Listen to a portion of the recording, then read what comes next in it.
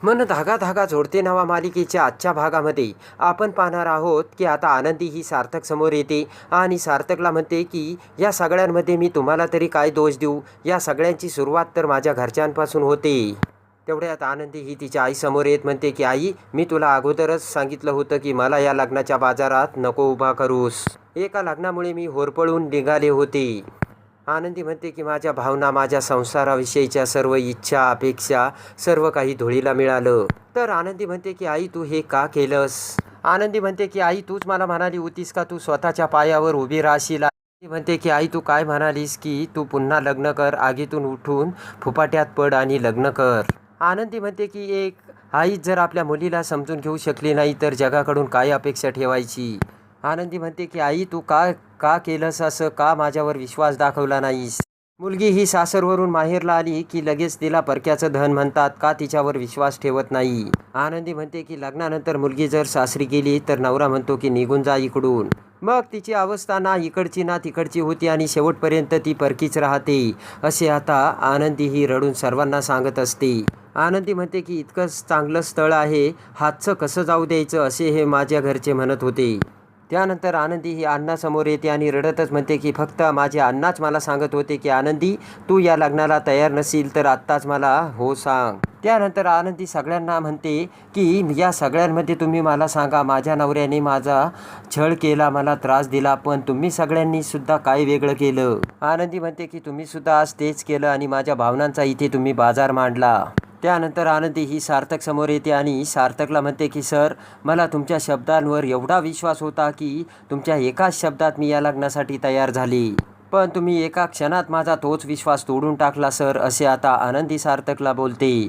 तेव्हा आता या लग्नाचं काय करायचं ती माझं मी ठरवेन, असे आनंदी सार्थकला बोलते. आनंदी म्हणते की मला आता कुणाशीच लग्न करायचं नाही. तेव्हा ते ऐकून आदर्श सार्थक सर्वांना मोठा धक्का बसतो.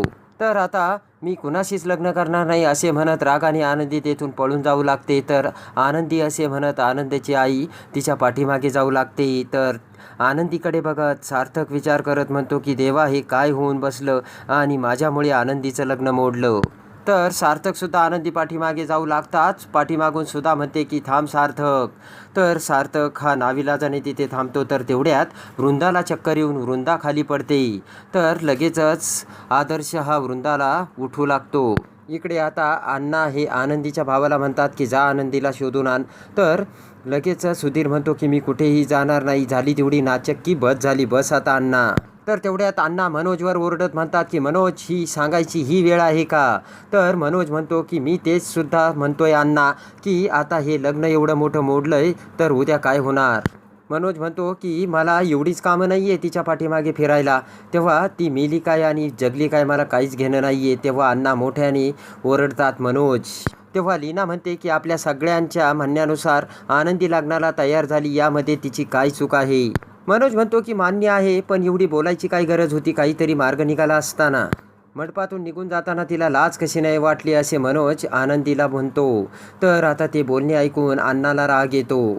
तेव्हा अण्णा मालतीला म्हणतात की मी आनंदीला शोधून आणतो, मी आनंदीला काहीही होऊ देणार नाही, असे म्हणत आता अण्णा आनंदीला शोधण्यासाठी जातात.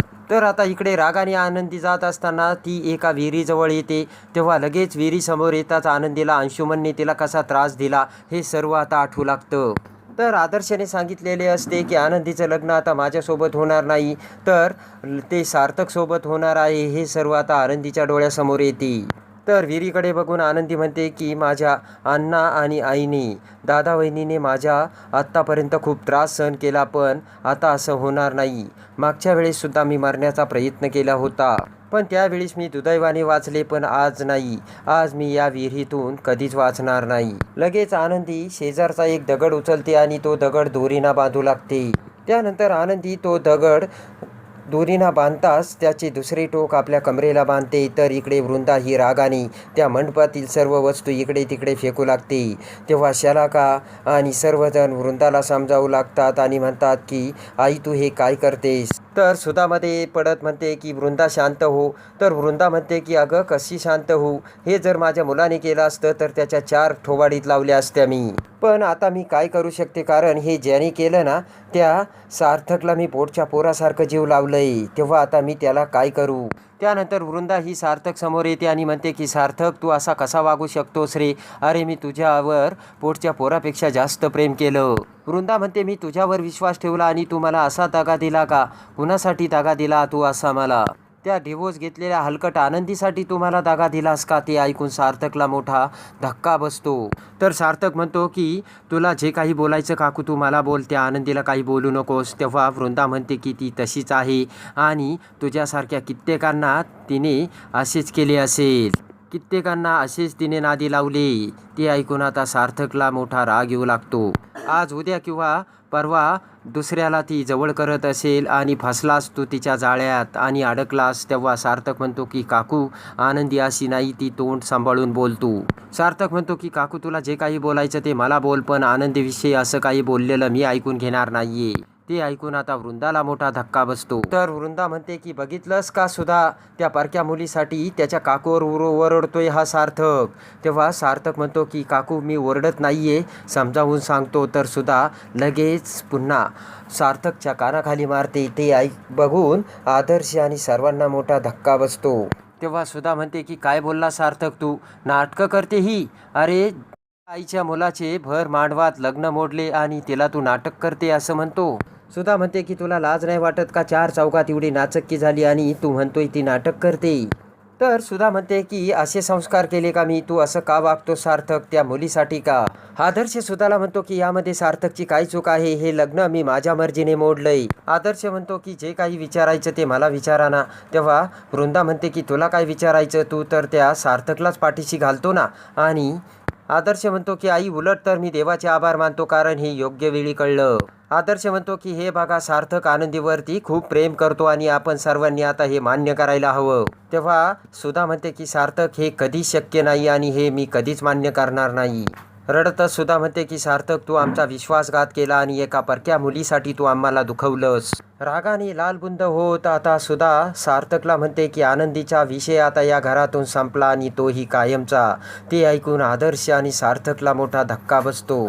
तर इकडे आता आनंदी विहिरीमध्ये उडी मारण्यासाठी उभी राहिलेली असताना पाठीमागून अण्णा जोराने ओरडतात. आनंदी अण्णाकडे बघते आणि पुन्हा विहिरीत उडी मारण्यासाठी लागते. तर अण्णा पळतच येऊन आनंदीला धरतात. तर आनंदी म्हणते की अण्णा सोडा मला आणि माझ्यासमोर आता जगण्याचा कुठलाच पर्याय उरलेला नाही. अण्णा म्हणतात आनंदी माझं ऐक ना. तर आनंदी रडतच म्हणते काय ऐकू आता, देवाने माझ्या नशिबात हेच लिहून ठेवलंय.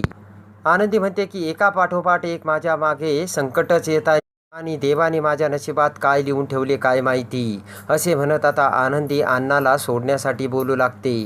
तर इकडे आता सुधाला सार्थकचा राग घेऊन सुधा ही स्वतःला कोंडून घेते. तर सार्थक सुधाला दरवाजा उघडण्यासाठी बोलतो, पण सुधा काही ऐकण्यासाठी तयार नसते. सार्थक म्हणतो की आई दरवाजा उघड, नाही तर मी निघून जाईल.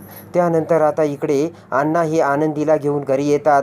तर मनोज म्हणतो कुठे भेटली ही. तर अण्णा म्हणतात की ती जीव देत होती विहिरीवर. तेव्हा सर्वांना मोठा धक्का बसतो. तर आता सार्थक हा पुन्हा आनंदीला कसे लग्न करून घेऊन येणार हे बघण्यासाठी आणि मन धागा धागा जोडते नावा मालिकेच्या डेली अपडेटसाठी आपल्या चॅनलला लाईक करा, सबस्क्राईब करा.